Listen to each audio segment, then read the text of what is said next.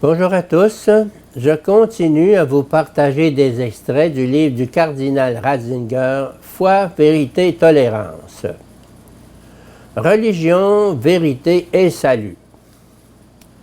L'inégalité des religions et ses risques. Devons-nous nous en accommoder? Il existe des formes de religion dégénérées et malsaines qui n'aident pas l'homme à se construire mais l'aliènent. Dans l'hindouisme, il y a des éléments grandioses, mais aussi des aspects négatifs. Le système des castes, la crémation des veuves.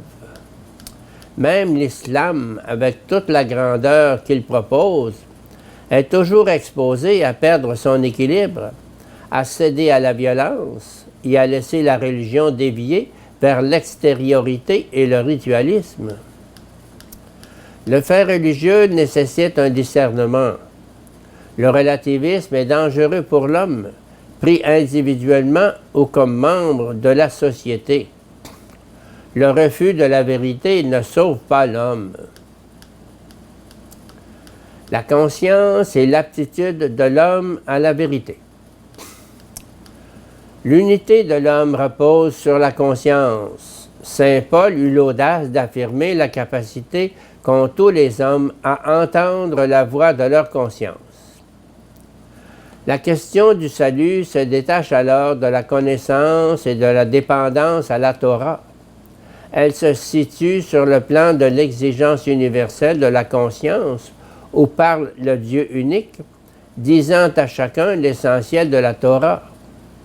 Quand les païens privés de la loi accomplissent naturellement les prescriptions de la loi, ces hommes, sans posséder la loi, se tiennent à eux-mêmes lieu de loi. Ils montrent la réalité de cette loi inscrite dans leur cœur, à preuve le témoignage de leur conscience. Romains 2, 14, 15. Paul ne dit pas « si des païens s'en tiennent à leur religion ». Cela est bon devant le jugement de Dieu. Au contraire, il condamne la plupart des pratiques religieuses de son époque. Il renvoie à une autre source, à ce qui est inscrit dans le cœur de tous, le bien unique du Dieu unique. Il est vrai qu'aujourd'hui s'opposent deux notions contraires de la conscience qui bien sûr se confondent l'une dans l'autre. Pour Paul, la conscience est l'organe de la transparence du Dieu unique en tous les hommes qui sont un homme.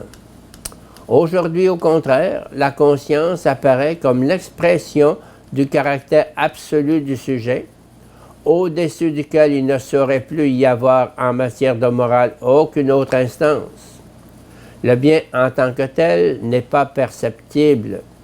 Le Dieu unique n'est pas perceptible. En matière de morale et de religion, le sujet est l'instance ultime.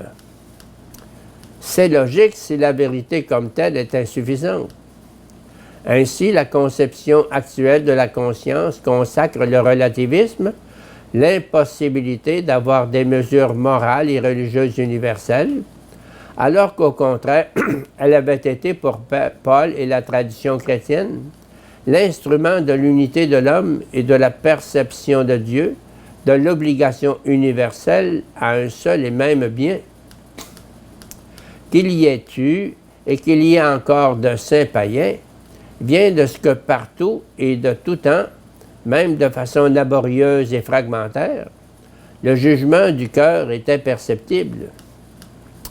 La Torah de Dieu se fait entendre à nous, en nous-mêmes, dans notre être créé, comme une loi nous obligeant, et il nous est ainsi possible de dépasser ce qui est seulement subjectif pour nous élever jusqu'à Dieu.